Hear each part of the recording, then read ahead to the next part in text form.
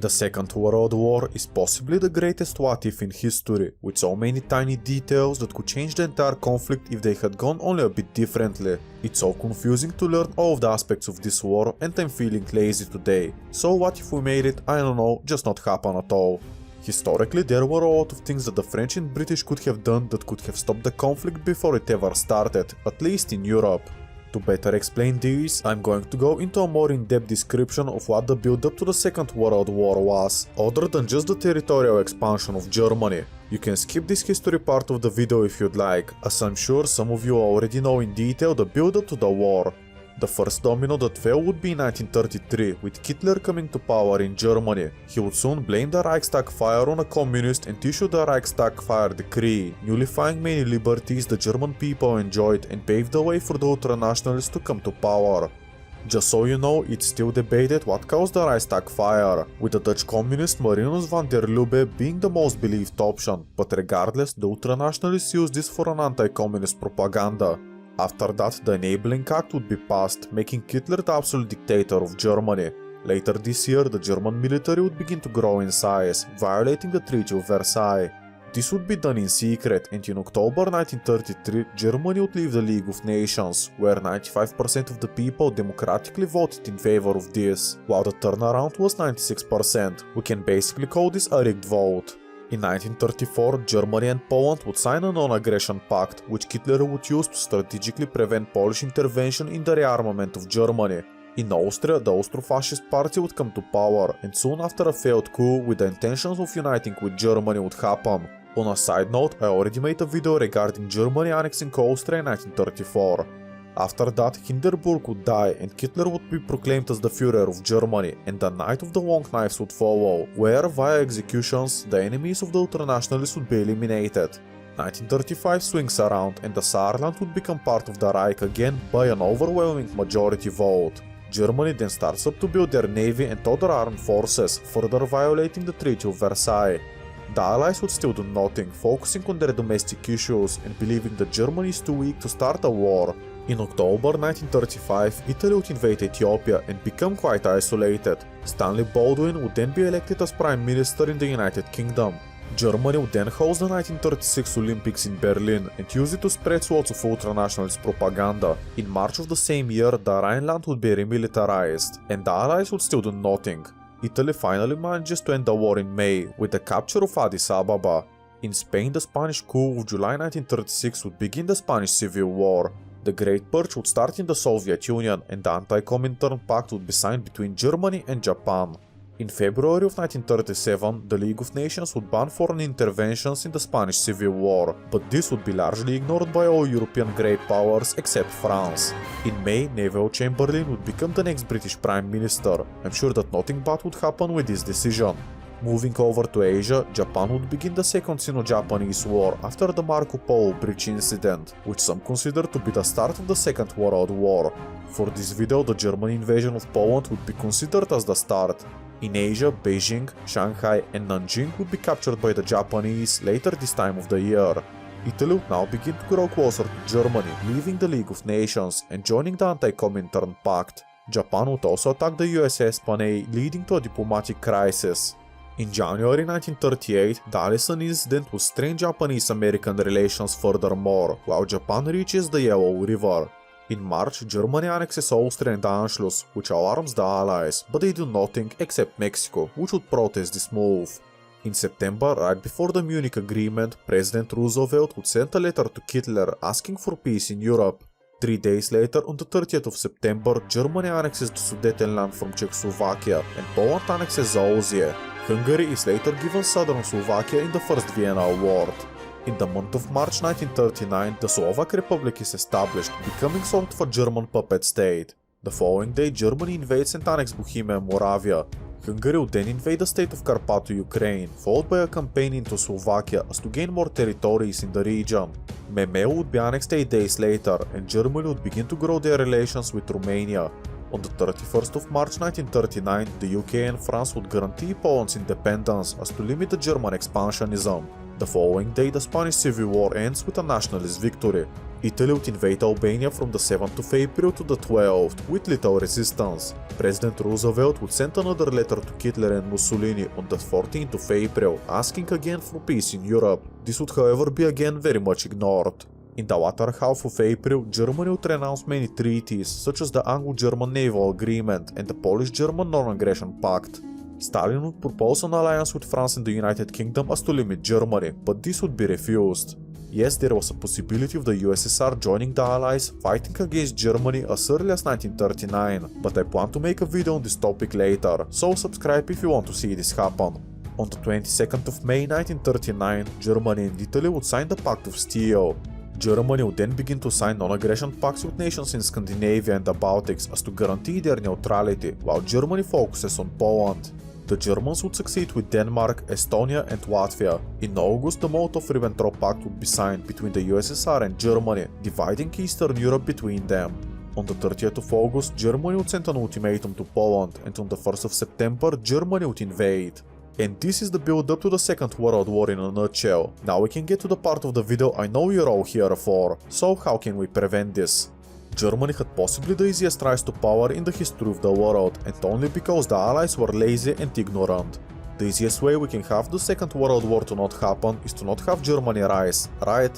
While we could simply kill Hitler in the Great War and call it done, or for him to be accepted into art school, this would be a bit boring for my liking.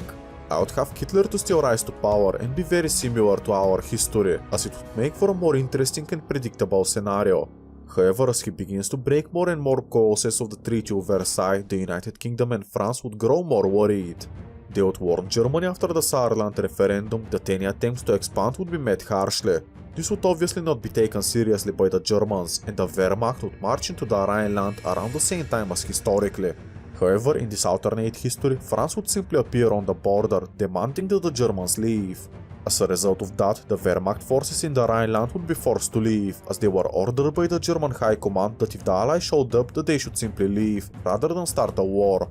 This is actually a big deal, as I just told you, Hitler historically ordered his soldiers that if there is any escalation, that they retreat behind the Rhine. This makes me think that France could have simply stopped their militarization of the Rhineland only if they showed up and were defiant, willing to keep the Treaty of Versailles in check.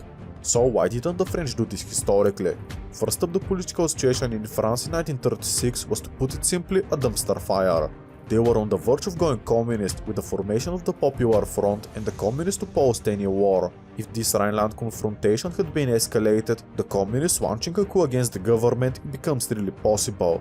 If not, there would be an election 1 month later, while if France were to escalate a war with Germany, the Popular Front could secure support to form a majority in government, even without a revolution. Yet another reason why France didn't escalate is because they were very much anti-war, due to the extreme devastation they had suffered in the Great War, so many in the country preferred diplomacy over war. Further, France overestimated the strength of Germany and preferred a defensive strategy, due to the newly constructed Maginot Line. With these problems, we can understand why France didn't confront Germany, firstly because they believed it's not a big deal, and secondly because of the state of the government. As such, France was only willing to act if Britain was involved. So why didn't Britain support France in this move? Well, to put it simply, it's because of Stanley Baldwin. He had no intention of confronting Germany, because many in Britain believed that the Treaty of Versailles was too harsh, and the Brits believed that Hitler was just doing the right thing and reversing the harm of the most extreme clauses. Now, how we get the Allies to act realistically as possible is difficult, as many factors were bundled together.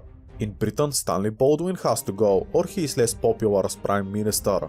Perhaps with Germany getting the Saarland, there is an incident that makes Britain more wary of ultranationalism, and this almost happened historically. As the Saarland was de facto independent before 1935, many Germans that didn't support ultranationalists, including some prominent politicians, moved over to the Saarland. After Germany got hold of this territory, they started prosecuting these political opponents. If we have an event similar to the Night of the Long Knives happen in the Saarland, France and Britain would know the extent of what Hitler is going to do as to establish a dictatorship. Another change I'd like to make is in France, where they would devalue the franc much sooner, leading to boosting of exports, bolstering their economy and in turn making the Popular Front there less popular. Hence why France could be willing to at least confront Germany, and the British would be more likely to diplomatically support them. Well, probably not, but I have to change so many stuff for it to become realistic, and the fact that I have to change so much stuff makes it unrealistic in the first place. The fact is that in my opinion the remilitarization of the Rhineland was destined to happen, as the circumstances were just right for Germany to exploit this allied weakness. In this alternate history, after this attempt of remilitarization of the Rhineland, France would begin to investigate German ambitions and eventually discover how much Germany was actually built up, along with how much of the Treaty of Versailles had already been violated. France and the United Kingdom would protest this, but nothing major to start off with. Upon the outbreak of the Spanish Civil War, the League of Nations would be pressured to put more limitations in place when it came to supporting either side of the conflict. This would limit German support to just ground troops and to a much smaller scale, not giving them a way to test their new tanks and planes in the field of battle. Historically, Germany and the Soviet Union went to extreme lengths to hide their support for their respective factions in the Spanish Civil War.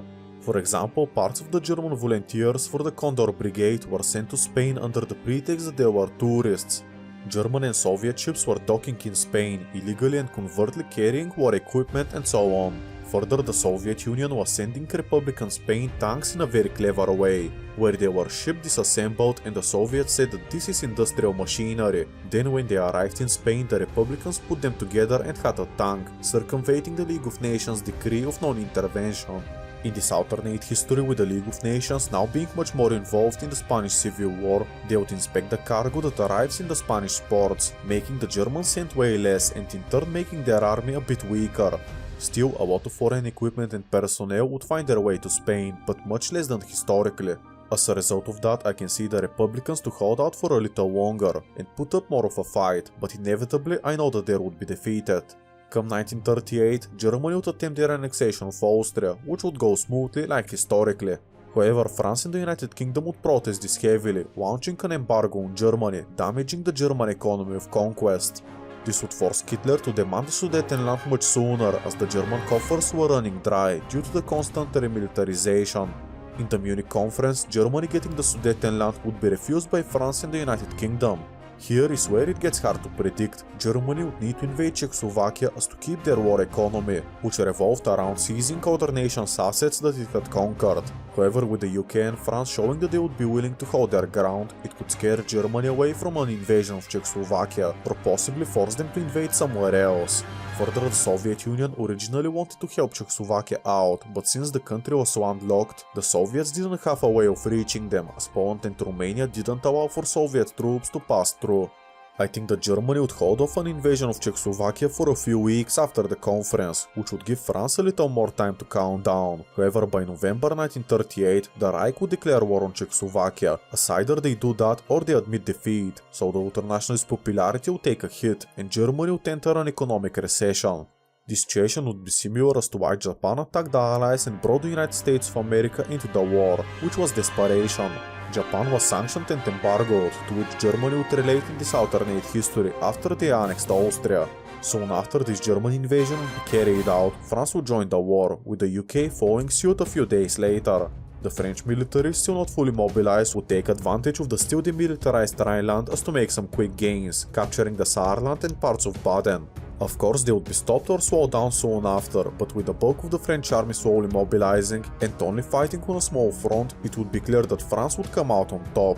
Speaking of mobilization, I see it as unlikely for France and the United Kingdom to mobilize fully, with Germany such in a bad condition and the nation's populace most likely not being devoted to total war just yet. This would still be enough to panic Germany, however, as they would focus on Czechoslovakia. The German war plan would basically be to crush the Czechs, then turn around and beat France. Germany would also be relying on the hope that the Slovaks would revolt, along with Hungary and Italy joining the war as to assist them. The problem is that Italy historically didn't join the war until the fall of France, so it's impossible for them to join here. Hungary is more likely to join, but their military is very under-equipped at this time, and wouldn't join until they know that Germany could win this conflict. As for the Slovaks, the main reason why they revolted historically was because Germany exposed how weak the Czech portion was.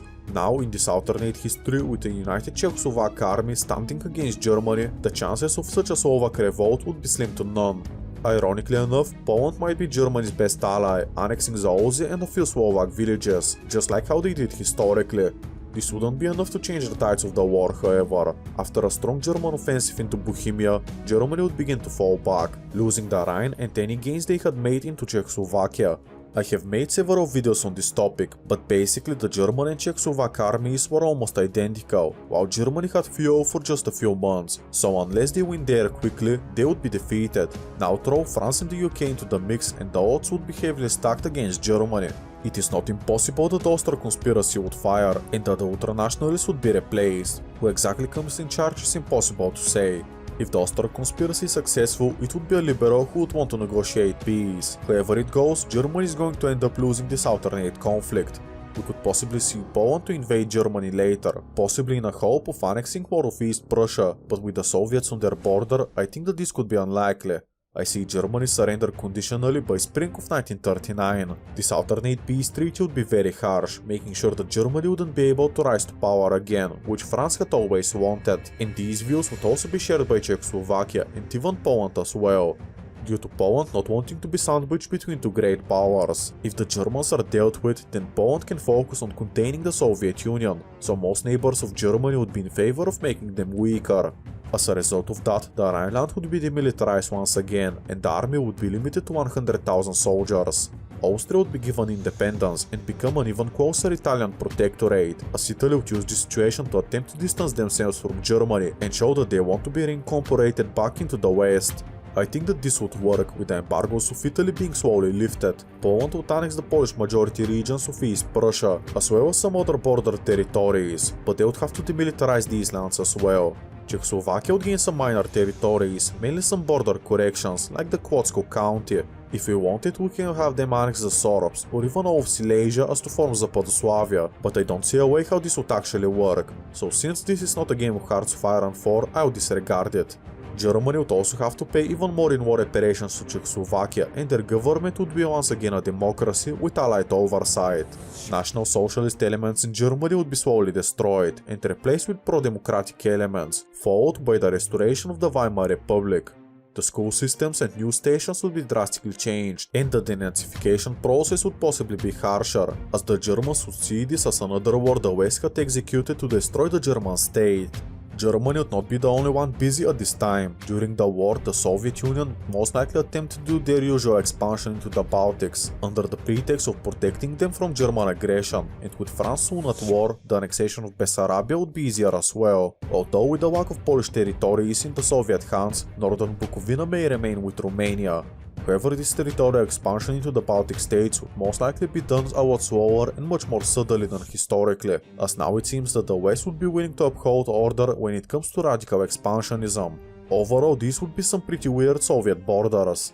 In this alternate history, I can see the Winter War to still happen, possibly a few months sooner than historically, as the Soviet Union wants to test the Allied commitments to keeping the borders as they were after the Great War. As the war would start a bit sooner, this improved weather would allow the Soviets to push a little further into Finland, but it wouldn't mean much when winter would come around and the front lines would literally freeze. Not only that, but it's more than likely that the Allies would be much more willing to say end to Finland, and now they would be much more capable to, as they're still heavily mobilized and aren't fighting Germany this time around.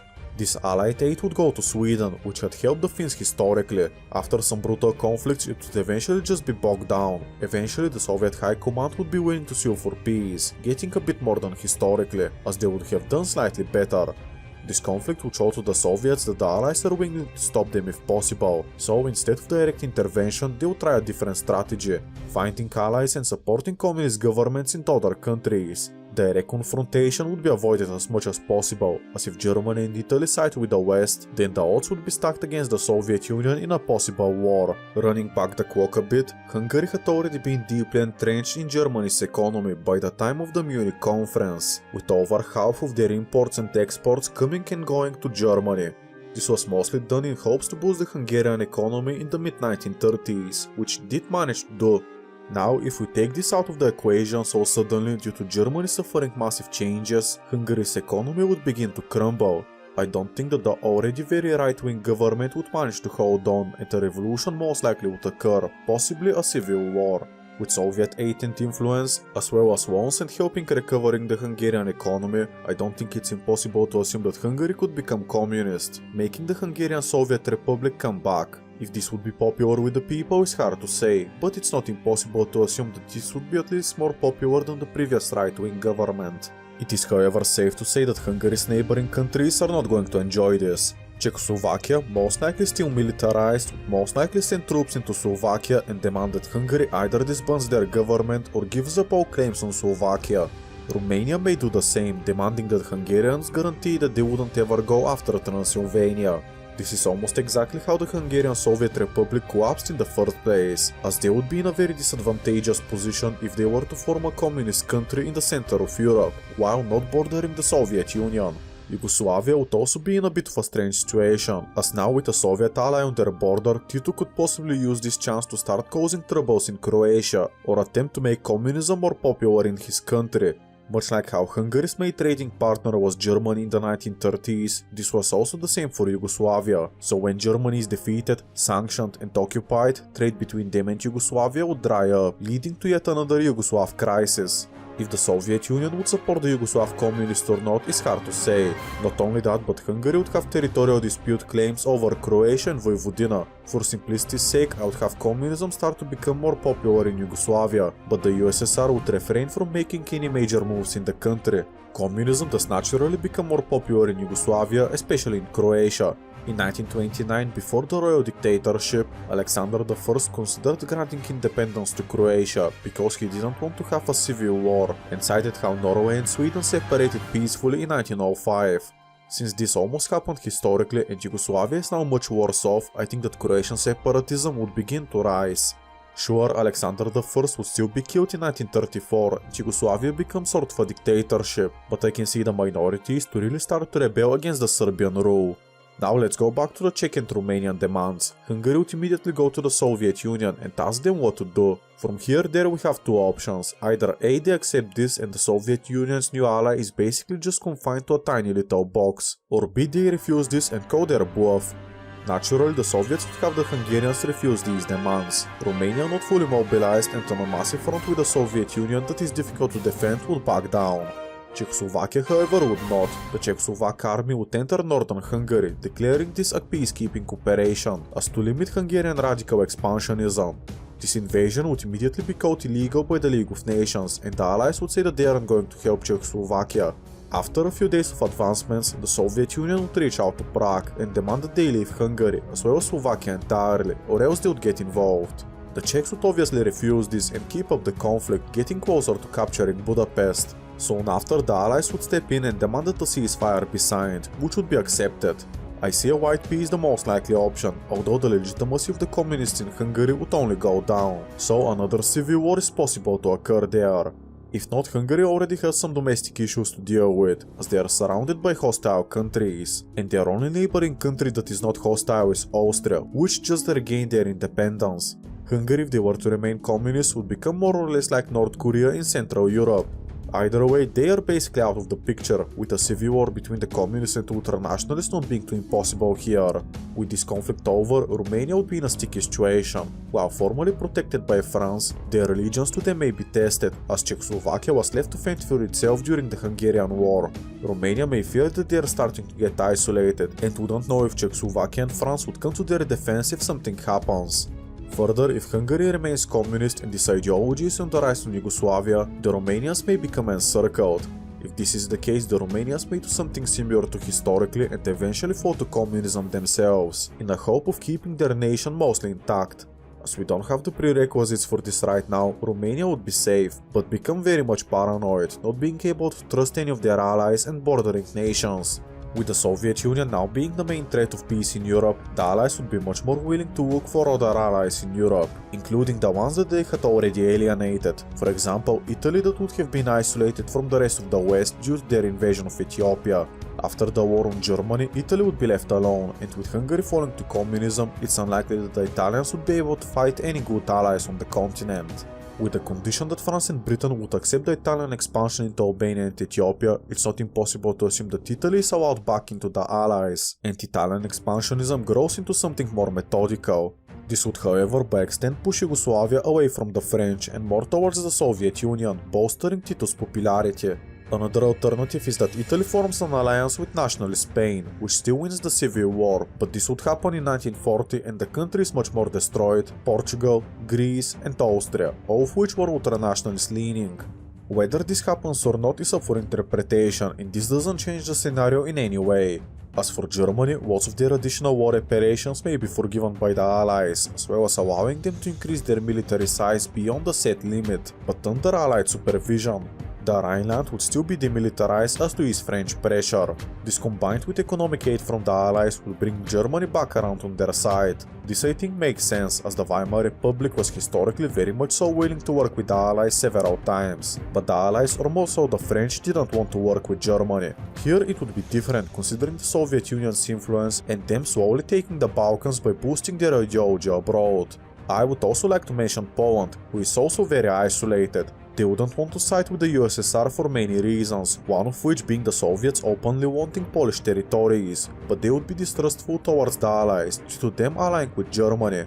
However, Poland would still be willing to work with the British under the condition that they gain more territories from the Soviet Union, but their support to the Allies would be more so driven by a revenge against the Soviets than actual friendship with the West. As to summarize this section, Hungary is so chaotic it may not even exist. But either way they're deeply isolated. Romania and Yugoslavia would also be isolated, fearing of their neighboring countries. While Poland is leaning to the west, but the military dictatorship becomes unpopular there in the early 1940s, with the people there wanting reform. As the Allies would approve of these Polish reforms, the ruling Polish government is pushed away for the time being and becomes more neutral. So this is how the alliance map mode would look like. At this point I can see Romania and Yugoslavia to work together, forming some sort of an alliance against Hungary and Bulgaria, increasing trade between the two, alleviating their economic pressure. Now I know that I have said that this video is about the Second World War never happening, to which I think we have succeeded. Sure, Japan is still fighting against China, but to absolutely prevent all wars in the 1930s, it would be a bit more difficult and very unrealistic. Sure, there was a war in Europe, but it never turned into a world war and had a duration of a few months, so we have technically prevented the Second World War. As for how the Japanese invasion of China goes, I'm pessimistic about their success. They were always in the disadvantage, and now with Germany not occupying the attention of the West, Japan cannot seize French into China, and them taking Southeast Asia by force would be a political suicide, so I think that the most likely option is that Japan is slowly but surely forced back. The Soviet Union likely supports the communist faction in China, while the Allies would counter this by supporting the nationalists. If Italy is still extremely isolated, with the West still shunning them, and Italy has decided to form their own Latin axis, then they can potentially support Japan, creating a three-way proxy war in Asia. Still, I think that Japan would be inevitably defeated, losing their holdings in China and being contained to the island chain, where the ultranationalist regime may continue to operate, or Japan becomes more democratic-oriented, but I don't think there is a chance that they go communist, due to their extreme fear of the Soviet Union. When Japan is inevitably defeated, the second phase of the Chinese Civil War would be much more deadly, due to more foreign nations being directly involved. Something really interesting that we may have butterflied away is the Manhattan Project, the American plan to build the atomic bomb, which I think may be scrapped with Germany's defeat, or started later with the rise of the Soviet Union. Either way, the bomb isn't developed as fast. So, what has really happened with the Second World War being avoided? Well, historically, after the Second World War, the Cold War between the United States and the Soviet Union ensued. Here in this alternate history with no Second World War, we have skipped a chapter from history going from the 1920s directly to the 1940s. I think that there is still a Cold War, but in an alternate and arguably more interesting way. It would be the European democracies, potentially including Italy and later their allies, versus the Soviet Union, where the battleground would be supporting different political groups in neutral countries. For example, Hungary's civil war would be exploited by both sides, further destroying the country no matter which side comes out on top. Most notably, I don't think that the United States of America are getting involved in this new Cold War, as they likely still remain isolationist, but would help out the democracies in Europe if need be. You can look at this map and say that the Allies are the strongest on the Comintern, which I think is true, but I think that the Soviet Union would go for the Allied colonies, spreading communist propaganda and training insurgents, trying to make said colonies break free and side with the Soviets. I think that Africa would become the main battleground of this new Cold War, but Southeast Asia is also a front that we cannot ignore. Historically, the decolonization of Africa went mostly peacefully, barring the Portuguese and the French in Algeria, but in this alternate history it would be much more violent, that's for sure. The Allies would like to keep their colonies or make them independent but democratic, as they would fear a domino effect in Africa, where if one country goes communist and declares independence, then the rest would follow. Further, the United States of America's calls for decolonization would be taken less seriously by the European imperialist powers. As such, I can expect brutal crackdowns of revolutions and independence movements within the European colonies, so this decolonization process, which I think would become inevitable, would lead to much more death and destruction, not just in Europe. Perhaps we have not avoided the death toll of the Second World War, but it was instead moved to China and Africa, so maybe the interwar period situation was one where it was destined for millions to die in a war. But here it simply doesn't happen in Europe, which I think is an interesting idea of a death toll having to occur, where we cannot prevent it, but we can delay it and move it around the world. Let me know in the comment section if you like this outcome. And with that we have achieved world peace, or at least not as violent as historically, with the Cold War still being the big issue, and soon both sides would become nuclear armed, and it would become very scary. Neither of these wars I have covered in this alternate history can really be called a world war, so I think that my goal was achieved.